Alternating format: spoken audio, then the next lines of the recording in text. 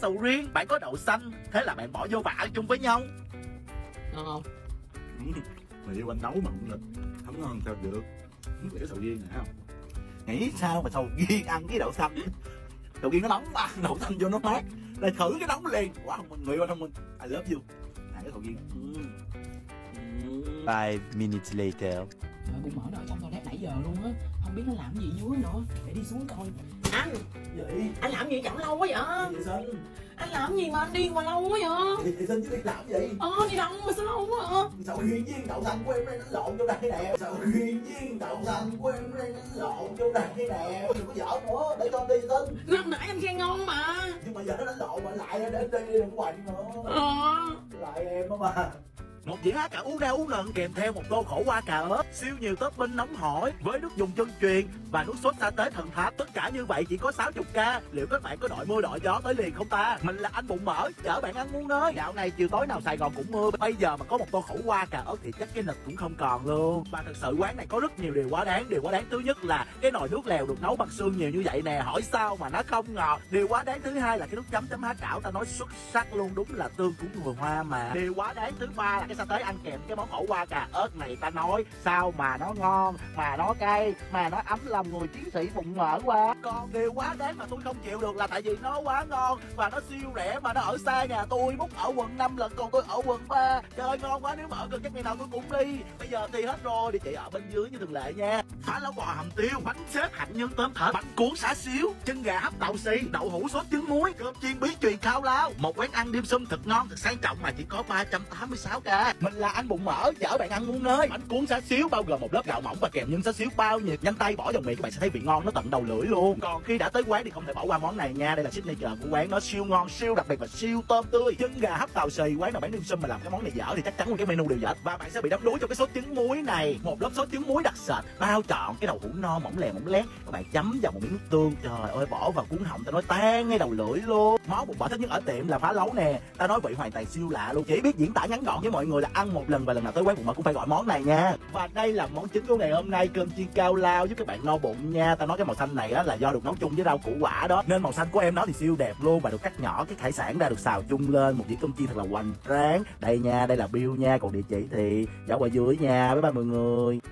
Chào, hôm nay mình sẽ dẫn các bạn đi ăn một quán ăn mà ta nói tập toàn đại bổ. Hào mà ăn với bò nữa thì bổ làm sao mà chịu nói. Và cái món đầu tiên ngày hôm nay chính là hào né qua bò, bò né qua phô mai, phô này né qua nấm, rồi chúng đây né vô bụng tao luôn nha. Trong cuộc đời làm foodball thì món này làm tôi tốn nước miếng nhiều nhất của mọi người. Tốn từ lúc mà order tới lúc ra trình bày, tới lúc ăn và tới lúc mà dựng phim này cho mọi người coi thì cũng chảy nước miếng. Tại vì đầu tiên các bạn sẽ cảm thấy cái sự mềm mượt của bò nè, rồi cái độ tươi của hào kết hợp với lại phô mai kéo sợi và cái thanh đạm của nấm kim châm làm ta nhớ mãi cái hương vị bò né ngày nào. Tiếp theo sẽ là lẩu lòng bò. Lẩu lòng bò này thì được chia luôn hai ngăn luôn, một ngăn là bình thường và một ngăn là siêu cay. Lòng bò chúng ta có gì chúng ta sẽ có lòng bò nè, thăng long nè, gân bò nè, bắp. Nói chung là topping ăn kèm chúng ta là nguyên cái nồi phá lấu lòng bò luôn á mọi người, chỉ đổi là nước lẩu thôi. Đặc biệt có đuôi bò nữa nha. Một cái nồi lẩu bò ngon thì không thể thiếu đuôi bò, và đặc biệt siêu ngon không thể thiếu đó nữa là tàu hũ kia. Các em ơi, tàu kia như tôi không? Cái nồi lẩu ở đây thì ta nói siêu ngọt nước luôn vì làm lẩu lòng bò mọi người, nên topping ăn kèm với lẩu như là lòng bò, thăng bò nè, gân bò nè, đuôi bò nè, được vệ sinh rất là kỹ lưỡng, bảo đảm các bạn ăn không bị hôi, nên các bạn cứ yên tâm là họ sẽ chiến đấu nha. Và đây là địa chỉ của em nói nè, mọi người nhanh tay gót lại nha. Cơm thịt kho Đài Loan, bánh bao thịt nướng, gỏi salad rong biển, trứng lòng đào bọc thịt tất tần tật đều là món ăn Đài Loan.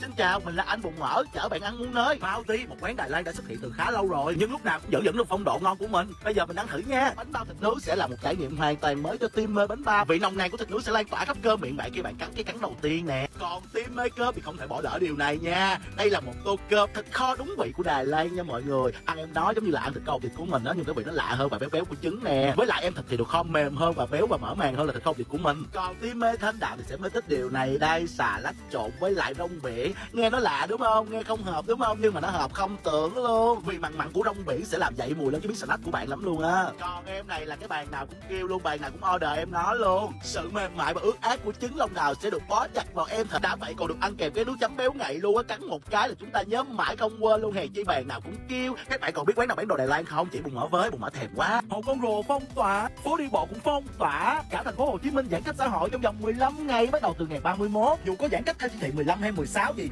thì siêu thị vẫn mở bán, nên bà con ơi mình đừng có vội mua và mua quá trời quá đất để làm cái gì hết. Ngoài siêu thị vẫn còn hoạt động thì các gian hàng bán hàng online vẫn hoạt động nha. Mà dịch thì dịch, cách ly thì cách ly, còn cấm dần thì cấm dần, chúng ta cũng phải ăn đúng không? Mà ăn thì phải lựa những cái quán thật là ngon nha. Và hôm nay Bùi Mẫn xin dẫn các bạn đi ăn một cái quán ăn chơi siêu hot luôn. Đó chính là cái món nem chế trộn. Ai mà từng ra Bùi Viện rồi thì chắc chắn không thể nào chưa ăn được cái món này. Món này mà ngoài nhâm nhi bên cạnh là ly bia và chiến hữu thì ta nói là tới công chuyện luôn đó mọi người ơi. Xét nhà nem chế trộn ở khu vực quận 3 thì Bùi Mẫn thấy cái quán này là ổn định nhất nè, với giá thành từ 50 tới 70k, nhưng một phần của Bùi Mẫn là 70.000 nha. Sẽ bao gồm có những topping như sau nè: nem nè, tré nè, trứng cút nè, chả bò nè, trộn đều với cốc non nè, bỏ thêm vài trái tỏi cộng tí xíu rau răm và vài trái ớt nữa thì các bạn được sống trong cung bậc của cảm xúc gia vị luôn. Đã vậy còn được order thêm vài cái bánh phồng tôm xúc vào và mở miệng lớn thật lớn nha. Một cái ta nói hết 7 con mà 7 luôn. Há cảo chiên tại nhà, mì ý sốt cá hộp ba cô gái. Năm thứ hai mùa Covid thứ tư, cả thành phố Hồ Chí Minh bị phong tỏa và mở tủ lạnh ra, có gì ăn đó, ở nhà cho bình yên. Mình là anh Bụng Mỡ, chọn ở nhà để được an toàn. Và hôm nay là ngày đầu tiên Bụng Mỡ sẽ chở tài xuống bếp nha các bạn. Mở bánh cá hộp ra, đổ vào chảo rồi hâm nóng đảo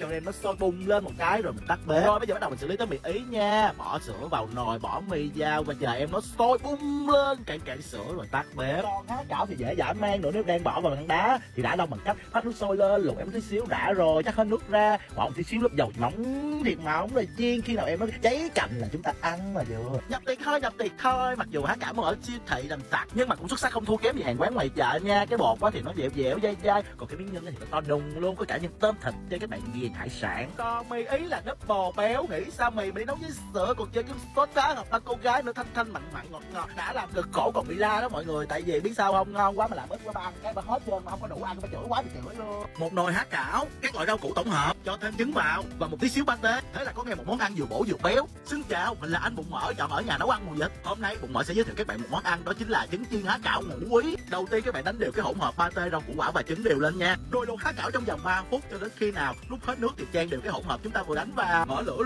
riu và chờ 5 phút là trứng chín nha mọi người. Nếu mặt trên còn sống thì các bạn nghiêng cái trứng đó cho nó chảy xuống đó là vừa. Sau khi thấy chín hết toàn phần rồi thì bắt xuống và ăn kèm với tương ớt hay tương xíu muội là phá cháy luôn nha. Chúng ta sẽ có vị béo của trứng nè, vị bùi của rau củ quả và đặc biệt vị mặn của pate. Đã vậy cắn vào sau bên lớp trứng chúng ta còn có một cái viên há cảo đang mời gọi chúng ta nuốt vào bụng. Bây giờ lên mùa dịch, mọi người được thì nấu cơm ở nhà nha, đừng đi đâu nguy hiểm lắm, ở yên cho đất nước bình yên nè. Một cái nồi và một bé cua thì siêu gạch và siêu thịt, ăn kèm với chén nước chấm ớt siêu cay của vợ thằng bạn làm tặng. Một bé gái 22 tuổi rồi mà cứ đòi quà quốc tế thiếu nhi. Xin chào, mình là anh Bụng Mỡ và hôm nay là ngày thứ hai giãn cách xã hội. Khi mà bạn cứ bị đòi quà quốc tế thiếu nhi hoài thì tặng gì bây giờ? Thôi thì tặng 2 ký cua đỡ nha. Và em này là cua nâu siêu gạch mà đang làm mưa làm gió của hội chị em á, hội chị em phải ăn cho bằng được đó. Và sau đây là pha chế biến cua hết sức công kênh đến từ chị nhà nói cua này phải luộc 10 phút thôi thì ăn nó mới tươi được. Và bàn tay ngày đỉnh cao của chị thì em nó đã bị rụng hết càng và rụng hết trứng. Còn về phần gạch và thịt thì ta nói trời ơi nó bao sống luôn đó mọi người, chán gì đâu luôn á. Thôi thì hấp thêm 15 phút nữa cho chắc cú nha. Bây giờ thì mở ra và ăn thôi. Trời ơi mọi người ơi, có thấy những gì em đang thấy không? Nó full gạch ở ốp lưng luôn. Mà cuộc đời cha sanh mẹ đẻ thì Bụng Mỡ chưa bao giờ thấy cái gạch nào mà nó béo mà nó tươi như vậy luôn á. Lần trước cũng ăn thử cua nâu một lần rồi mà tôi nói không ngon, nhưng bây giờ đúng là hàng tươi cua bò ăn nó cũng khác ha. Lần trước là hàng đông lạnh á, bên cảm giác nó ăn nó không có được đã miệng cho lắm. Hay là lần trước cho ăn kéo trả tiền nó có ngon á mọi người. Trứng cút bọc thịt sốt chua ngọt, canh rong biển tươi, cơm gạo lứt nấu kèm rau củ quả cắt nhỏ. Xin chào, mình là anh Bụng Mỡ luôn trăn trở nay ăn gì. Vì trăn trở và thao thức quá nên quyết định vào bếp. Đầu tiên là sẽ chuẩn bị 300g thịt và 20 trái trứng cút nha. Luộc trứng cút rồi lấy thịt bọc lại, nếu mà dính quá thì nhớ sử dụng dầu ăn cho đỡ dính tay nha. Cho dầu vào chảo rồi chờ dầu sôi và bỏ em đó vào chiên. Khi nào vàng ươm thì bày chở mặt vớt ra để cho dầu ráo. Bây giờ thì mình chuẩn bị nước sốt nè. Ngày trước cứ lên Google xem làm sao cái nước sốt cho ngon và cho đẹp. Bây giờ thì chợt phát hiện được rằng là ở ngoài cửa hàng tiện lợi có bán sẵn nước sốt rồi, cứ chan vô nấu là ngon thôi. Mà nhớ nha, tôi không có nói nước sốt của hãng nào đâu, đừng có nói tôi quảng cáo rồi bóp view tôi, tội nghiệp tôi lắm á nha TikTok ơi. Tiếp theo là xử lý nồi canh nha mọi người. Thực sự ở ngoài đó có bán cái gói là canh rong biển tươi á, cứ nấu nước sôi lên bỏ vô là có một nồi canh rong biển tươi ơi tươi luôn. Còn về phần cơm gạo lứt các bạn muốn đỡ ngán thì bỏ thêm rau củ quả đông lạnh vô thì ta nói tuyệt cú mèo luôn. Sau khi 20 phút chinh chiến thì chúng ta cũng đã xong rồi, bây giờ thì ăn thôi. Ơi chị Bảy ăn hết thôi, và để mặt mà chị Bảy chửi em nữa đó. Ủa Bụng Mỡ anh ăn gì vậy? Ăn mì gói nè, có gì đâu mà ăn em. Mì gói với mấy cái xúc xích nè, rau rồi độn rau lên ăn cho nó ngon lành thôi, chứ mùa dịch này là có rau ăn là vui rồi em gái. Ủa vậy sao ăn mì gói mà có cái này nữa anh? Cái này là nước chấm hải sản mà. Nước chấm hải sản chấm vô nè. Mình suy nghĩ đây là con tôm, nó là tôm đó, mình suy nghĩ tôm nha, ăn miếng tôm càng muốn cơm ngon đó. Ủa vậy này là cái gì vậy? Cua nha Quy. Rồi sao anh để dưới mà anh không để lên bàn ăn? Để dưới lát đem lầu cho em ăn. Chứ không phải mày tính ăn mình mày hả? Có. Cái bụng mày bự như vậy nè. Mà mày còn đòi ăn một mình nữa, mày còn giấu dưới bàn nữa. Lâu lâu mới có tiền mua nha Quy ăn này. Trời ơi, anh đang ăn gì vậy? Sao gặp anh là anh thấy anh ăn rồi? Nên bắt chước mấy bạn trên TikTok ăn thử coi ngon không. Đó, bỏ nước mắm vô ít ít nha. Bơ thì phải là bơ Đắk Lắk nha. Đó, bơ chính hãng, bơ sáp nha. Đó, cho bơ vô, xong rắc miếng tiêu vô. Đó, rắc miếng tiêu vô. Đó. Rồi múc một tô cơm trắng. Đó, cái này bữa anh thấy mấy bạn trên TikTok làm, giờ bắt chước ăn không hồi đâu quá. Nước mắm nha mọi người. Đó, ớt, rồi miếng bơ Đắk Lắk, ăn thử nha. Ngon thiệt em ơi. Ê, ngon thiệt nha. Cái cơm với cái bơ nó quện vào nhau á, mà nước mắm nó mặn, trời nó ngon thiệt em ơi. Đó được nha, cái món này nó ngon thiệt nè. Một ổ bánh mì pate thịt chả nằm trong một con hẻm trung tâm quận 3. Một ngày bán được khoảng 5 đến 600 ổ bánh mì. Muốn mua ăn thì lúc nào cũng phải chờ trên 20 phút. Nhưng được cái bánh mì thì giòn, thịt chả thì nhiều, pate thì vừa ăn, và đặc biệt thì giá chỉ có 16.000 mà thôi. Xin chào, mình là anh bụng mỡ, hở tí xíu là mình ăn. Nếu bạn là team hay gặm bánh mì mà đang trong giai đoạn nghèo khó mà bụng thì lúc nào cũng đói cần no và ngon thì đây là một lựa chọn không thể bỏ qua nha. Quán có bán hai loại bánh mì, một là bánh mì pate thịt chả nè, bỏ tí xíu ớt, bỏ tí xíu bơ, bỏ tí xíu hành vô. Còn loại thứ hai chính là bánh mì bì xíu mà ăn kèm với nước mắm chua chua ngọt ngọt và nhiều mỡ hàm, bảo đảm khi các bạn ăn miếng đầu tiên sẽ thốt lên rằng ôi rồi ôi sao mà ngon mà rẻ thế, chỉ có 16.000 thôi. Mua này mà dự kiếm được quán ngon mà rẻ thì ta nói sống sót được qua cái mùa cách ly này thôi. Chúc cái nhà chúng ta vượt qua được cái mùa cách ly này nha.